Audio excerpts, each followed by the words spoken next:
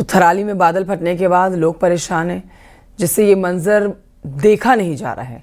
लेकिन आपको बताएं कि जिसने भी ये मंजर देखा वो डर के साए में जी रहा है। शुक्रवार को तेज बारिश के साथ बिजली चमकी, जोर से आवाज आई। ऐसे लगा कुछ पहाड़ से बहुत बड़ा गिरा, कुछ पहाड़ का बड़ा हिस्सा गिरा, लेकिन बादल फटा, जिससे बड़े फ्लो के साथ बारिश ने थराली के इस गांव को भारी नुकसान पहुंचाया। एक महिला की मौत की पुष्टि की गई है। चमोली के थराली में जो बादल फटा, हालात उससे बेहद खराब हैं। सरस्वती शिशु मंदिर स्कूल में भी मलबा घुस चुका है। वहां पर मौजूद गाड़ियों में मलबा घुसा हुआ है। जहां आपकी नजर जाएगी वहां आपको सिर्फ मलबा नजर आएगा। इस गांव में भी कई दुकानें, कई मकान इस समय मलबे से भरे हुए हैं।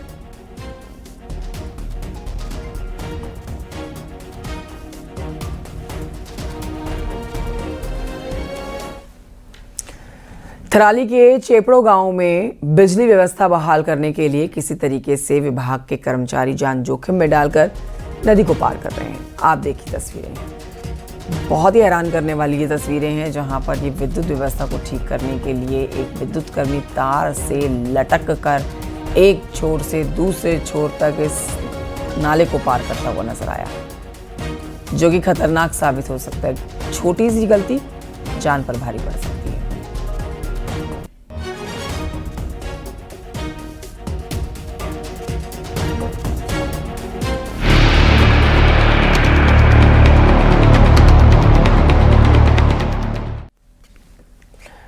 यमुना घाटी के राना गांव में अचानक से रात को तेज बारिश के साथ नाला उफान में आ गया और मलबा घरों में घुस गया, जिससे ग्रामीण दहशत में हैं और मंदिर के प्रांगण में एकत्रित हुए हैं। बरसाती गदेरा लगातार उफान में है, जिससे ग्रामीणों में दहशत बनी हुई है।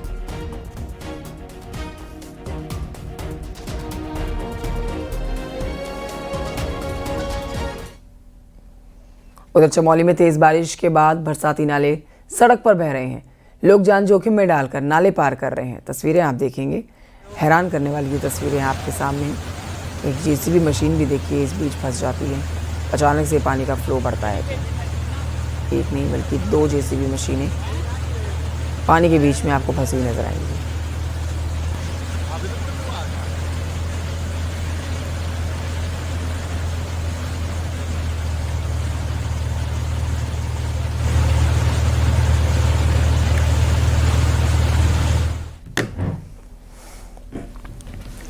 उधर उत्तरकाशी के स्याना चट्टी में बनी झील का जलस्तर कम हुआ है, जिसके बाद यहां पर लोगों ने राहत की सांस ली है। यमुना के पानी में पुल डूब गया था। कई दुकानें और मकानों में पानी आने से लोग सुरक्षित जगहों पर अब शिफ्ट किए गए थे। झील का पानी कम हुआ, लोगों को थोड़ी राहत महसूस हुई। शुक्रवार तक स्याना चट्टी झील में काफ़ी पानी आया था, लेकिन आज झील का पानी जो कम हुआ है वो आप देखेंगे इन तस्वीरों में। 2 ही तस्वीरें आपके सामने हैं, आज की तस्वीर और कल की तस्वीर। झील का पानी कम हुआ तो जो निचले इलाके हैं उन्होंने थोड़ी राहत की सांस ली है कि अब यहाँ पर भी घरों के अंदर पानी घुसने का खतरा थोड़ा कम हुआ।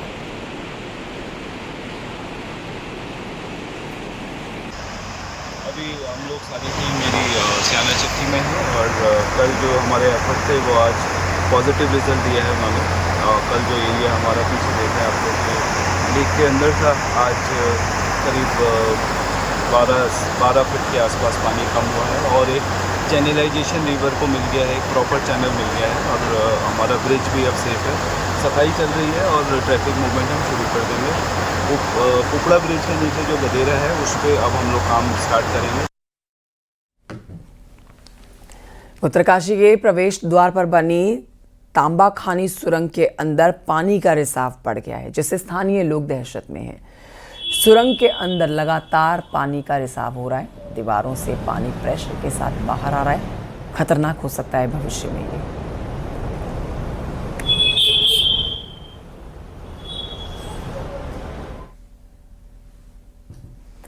उत्तरकाशी में यमुनोत्री हाईवे के हालात बेहद खराब है।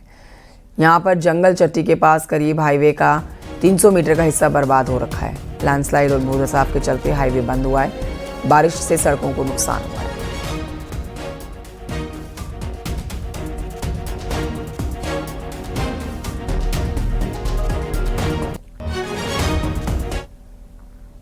देहरादून से खबर है अगली बड़ी, जहां पर पुष्कर सिंह धामी कैबिनेट का जल्दी विस्तार होने वाला है। सोर्सेस के मुताबिक जल्दी कैबिनेट विस्तार होगा और नए चेहरों को मंत्री बनाया जा सकता है। 5 मंत्री पद खाली हैं अभी और सोर्सेस के मुताबिक सभी पदों को भरा जा सकता है। सूत्र ये भी बता रहे हैं कि नए विधायकों को मंत्री बनाया जा सकता है। दिल्ली से लौटकर मुख्यमंत्री डिजास्टर कंट्रोल रूम पहुंचे, जहां उन्होंने प्रदेश के आपदाग्रस्त क्षेत्रों में सर्च एंड रेस्क्यू ऑपरेशन की डिटेल जानकारी ली। सर, अभी क्या ताज़ा अपडेट है, खासकर थराली और सयाना चट्टी को लेकर? नहीं, सयाना चट्टी में भी चूँकि प्रशासन के लोगों ने काम किया है और वहाँ पर ब्लास्टिंग करके पानी की निकासी की है और तेज़ बारिश होने के कारण से भी उसका बहाव तेज़ हो गया है। तो कम से कम अभी 8-10 फुट पानी कम हो गया। हमारा प्रयास है कि पूरी तरह से जो है पानी को ठीक प्रकार से निकालने की योजना बन जाए और उससे पानी निकले, जिससे कि वहाँ सयाना चट्टी के लोग जो है जिनके मकान और होटल जलमग्न हुए हैं उनको तुरंत जो है वो पानी से निजात मिले। उसके लिए लगातार आज समीक्षा हम लोगों ने करी है और निर्देश भी दिए हैं। इसी प्रकार धराली क्षेत्र में सड़क का काम जो है हमारा धराली में आई हुई आपदा के बाद पूरा हरसिल तक और उससे पहले भी कई जगह पर क्षतिग्रस्त हो गया था। सड़क का निर्माण कार्य लगभग पूरा हो चुका है। वहाँ पर मशीनें पहुँच गई हैं और मशीनों के पहुँचने के बाद जो बचाव के काम हैं, अन्य काम हैं, जो निर्माण के कार्य हैं, ड्रेजिंग का काम है, वहाँ पर जो तालाब बन गया है मैनुअली चूँकि उतना नहीं हो पाता है उसको किया जा रहा है, क्योंकि एक तरफ जो गढ़वाल मंडल विकास निगम का हमारा गेस्ट हाउस है, अन्य जो है वहाँ पर प्रतिष्ठान है या अन्य घर हैं, वो भी नहीं तो पानी के कटाव के कारण से खतरे की जद में आ सकते हैं। एक पुल है वहाँ पर जो धराली और मुखवा को जोड़ता है, उस पुल को भी सुरक्षित करने के लिए आज निर्देश दिए हैं। और आज कल रात को जो एक बड़ी दुखद घटना भी हुई जिसमें जान माल की क्षति हुई है चेपड़ो और थराली क्षेत्र में, उसमें भी चूँकि वहाँ पर डीएम मौके पर पहुँच गए हैं, एसपी पहुँच गए हैं, एनडीआरएफ, एसडीआरएफ, स्वास्थ्य विभाग के लोग, अन्य विभाग के लोग, हमारे सभी लोग अब वहाँ पहुँच गए हैं।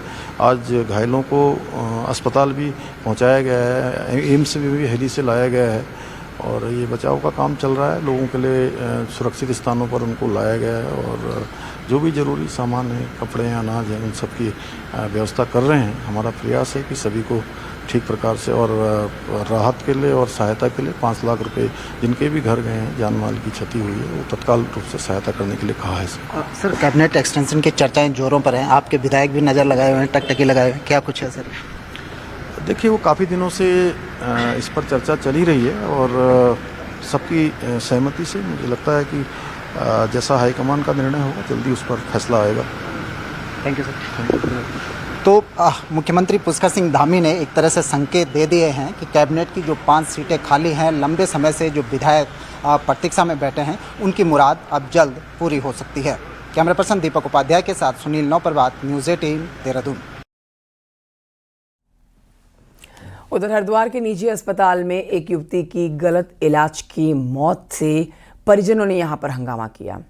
परिजनों ने यहां पर जमकर न सिर्फ हंगामा किया, तोड़फोड़ भी की। परिजनों ने अस्पताल प्रबंधन और डॉक्टर्स के इलाज में लापरवाही बरतने का जो आरोप लगाया, इससे यहाँ भीड़ जमा हो गई और प्रदर्शन काफ़ी देर तक होता रहा सुरक्षा बलों के सामने। अस्पताल में तोड़फोड़ की सूचना पर मौके पर पुलिस पहुंच गई थी। लोगों को समझाया गया, शांत कराया गया। प्रशासन ने अधिकारियों से भी बात की है और यहाँ पर जो लोग पहुंचे थे शिकायत लेकर, उनसे भी बात की गई।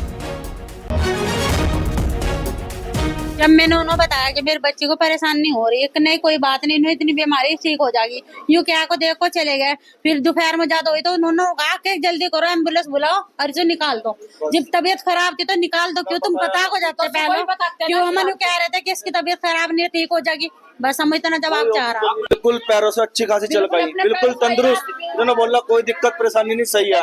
रात को खाना खिलाया, पड़ गई, सही रही बिल्कुल। दोपहर में हमने उन्हें खाना खिलाया, बिल्कुल सही, एकदम पैसे अनसठ तार चोर बाजारी कर रखी। अब तो आप कह रहे से ले जाओ, ये सीरियस हो गई। हमने कहा भाई कुछ नहीं, कोई ऑक्सीजन कुछ नहीं, एम्बुलेंस बुलाओ, एम्बुलेंस बुलाओ, एम्बुलेंस बुलाओ। ऊपर वो मैडम मिश्रा के फोन करके कहती है उन्हें फटाफट भगाओ यहाँ से। दिक्कत कुछ नहीं, दर्द था, बुखार था बस। देखिए, यहाँ पे अभी ये पता चला था कि एक 18 साल की लड़की है सानिया करके, उनकी डेथ हो गई है इलाज के दौरान। तो उसकी जांच के लिए हम लोग यहाँ पे आए थे और हमारे साथ एडिशनल सीएमओ साहब भी हैं। तो प्राइमरी जो डॉक्यूमेंट वगैरह हम लोगों ने देखे, उससे कुछ कमियां प्रतीत हो रही हैं। तो इसी के दृष्टिगत और लॉ एंड ऑर्डर को मेंटेन करने के लिए फिलहाल हॉस्पिटल को सील किया जा रहा है। अगर आपके भी बैंक से कंस्ट्रक्शन या फिर गाड़ी के लिए लोन आपने लिया हुआ है, आपने बैंक अकाउंट से पैसा लिया है, तो हमारी ये खबर आपको ज़रूर देखनी चाहिए। देहरादून में पिछले कुछ महीनों में ऐसे केसेस सामने आए हैं जहां पर लोन एजेंट के चक्कर में आकर लोग इस कदर फंसे हैं कि किस्तें चुकाते चुकाते समय बीत गया, लेकिन लोन अमाउंट कम होने का नाम नहीं ले रहा। देखिए रिपोर्ट।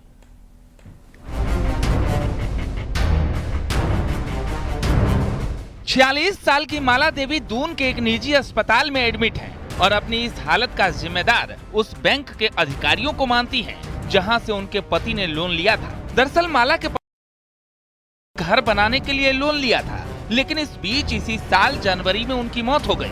पति की मौत के बाद से बैंक की तरफ से लोन चुकाने के लिए उन्हें इतना प्रेशराइज किया गया कि आज वो अस्पताल में है।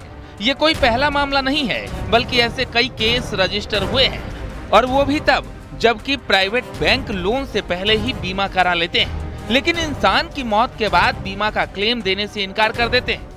और इवन बैंक वालों ने भी अपना डॉक्यूमेंट नहीं भेजा आगे। और जो योगेश सर हैं, योगेश चंद्रशेखर सर, उन्होंने वो डॉक्यूमेंट आगे अपलोड सही से नहीं करते हैं। हम उन्हें मेल करते हैं। अगर मैं बताता, मेरी मम्मी अगर पढ़ी लिखी नहीं है तो उन्हें बताना चाहिए कैसे क्या करना, किस डॉक्यूमेंट की क्या। जब बैंक को खुद वो डॉक्यूमेंट देना है तो बैंक ने डॉक्यूमेंट क्यों नहीं दिया? हमने 6 महीने तक किस्त भरा उस चीज़। देखिए, ऐसे कई केसेस नोटिस में आ रहे हैं अनफॉर्चुनेटली, जिसमें पहले लोन्स के लिए तो फैसिलिटेट कर दिया जा रहा है नॉन बैंकिंग फाइनेंशियल कंपनीज द्वारा और कुछ रेप्यूटेड बैंक्स द्वारा। कानून के जानकार बताते हैं कि ये नए तरह का फ्रॉड है जो कि बैंक एजेंट की तरफ से हो रहा है। इसमें बैंक एजेंट लोन देने के एवज में इंश्योरेंस तो कर रहे हैं, लेकिन उस बीमा के कागज ही देने से इनकार कर देते हैं। इसी वजह से समस्याएं बढ़ रही हैं। तो उसमें बैंक कई बार ये करता है कि जो इंश्योरेंस कराई होती है वो इंश्योरेंस को छुपा लेता है, उसके पेपर उसके पास ही रह जाते हैं बैंक के पास लोन फाइल में ही, और ग्राहक को पता नहीं होता कि उसकी किस्त में से लोन की जो इंश्योरेंस की किस्त है वो भी जा रही है, और उस वजह से उसके ऊपर एक दबाव बन जाता है। उसके बाद कई बार इस तरह की खबरें आती हैं कि किसी ने अपने आप को कुछ कर लिया या कुछ है। यानी लोन के नाम पर ठगी का एक नया सिलसिला चल पड़ा है, जिसमें कई बार बैंक एजेंट और इंश्योरेंस कंपनी की भी मिलीभगत होती है और आम आदमी इसमें बुरी तरह फंस जाता है। न्यूज़ 18 के लिए देहरादून से भारती सकलानी की रिपोर्ट। पूरे प्रदेश में छात्र संघ के चुनाव 27 सितंबर को होंगे, लेकिन देहरादून जिले के 5 बड़े कॉलेजेस में चुनाव की तारीख का ऐलान नहीं हुआ है।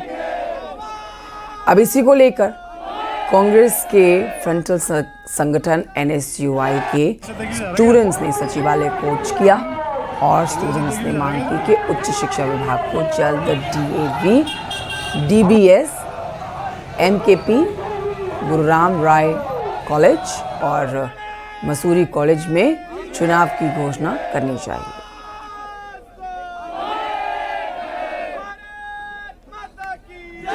क्या 2027 विधानसभा चुनाव को लेकर कांग्रेस में सभी जिला अध्यक्ष बदलेंगे, तो पार्टी को आगे क्या करना है ये तय करने कांग्रेस प्रदेश प्रभारी शैलजा करीब 1.5 साल बाद उत्तराखंड आने वाली हैं। 27 अगस्त को देहरादून आ रही प्रभारी का फोकस 2027 विधानसभा चुनाव पर रहेगा। रिपोर्ट देखिए।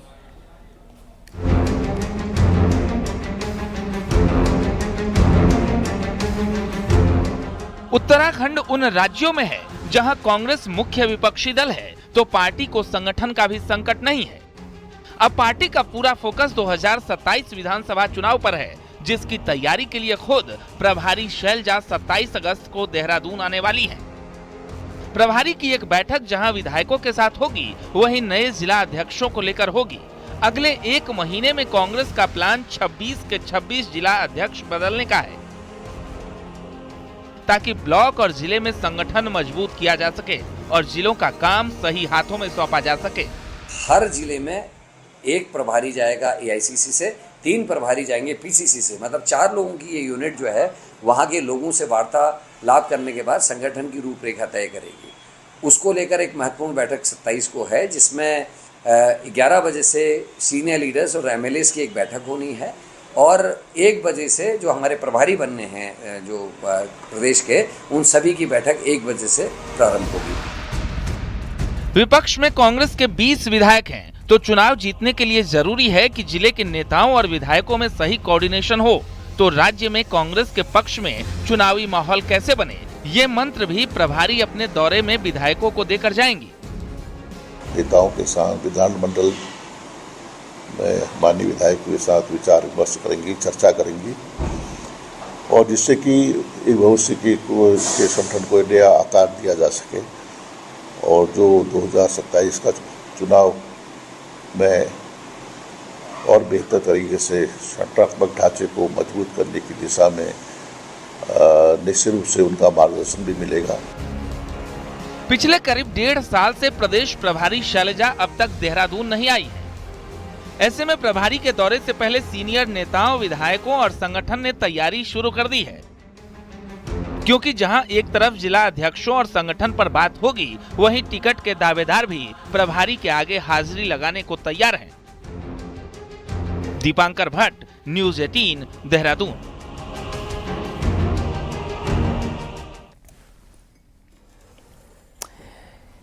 Eco tourism centre Chuna Khan को भी अब पर्यटकों के लिए तैयार किया जा रहा है। यहाँ पर वन विभाग के 2 बंगले हैं, जिसमें से एक का रेनोवेशन किया जा रहा है, जबकि जल्द ही दूसरे बंगले के जीर्णोद्वार का भी काम होगा। इसके साथ ही पर्यटकों के लिए विभाग के 5 हट और बनाए जा रहे हैं, जिससे कि पर्यटक यहाँ आकर रह सकें। ये जगह नैनीताल हल्द्वानी से आते हुए रामनगर से पहले पड़ती है और यहाँ से काफ़ी टूरिस्ट जो हैं वो गुजरते हैं। लिहाजा उनको आकर्षित करने के लिए आप कह सकते हैं कि ये सारी प्लानिंग की जा रही है।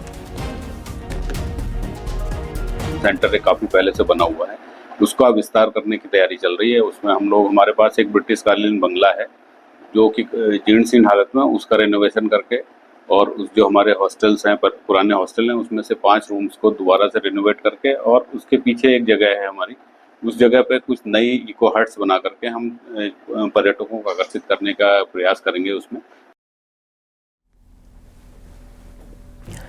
15 सितंबर से केदारनाथ में हेली सर्विस के सेकेंड फेज की शुरुआत होगी, लेकिन नियम तोड़ने वाली हेली कंपनियों को इस बार नियम मानने होंगे। पहले फेज में एक्सीडेंट वाली 2 हेली कंपनियों पर बड़ी कार्रवाई हो सकती है। रिपोर्ट देखिए।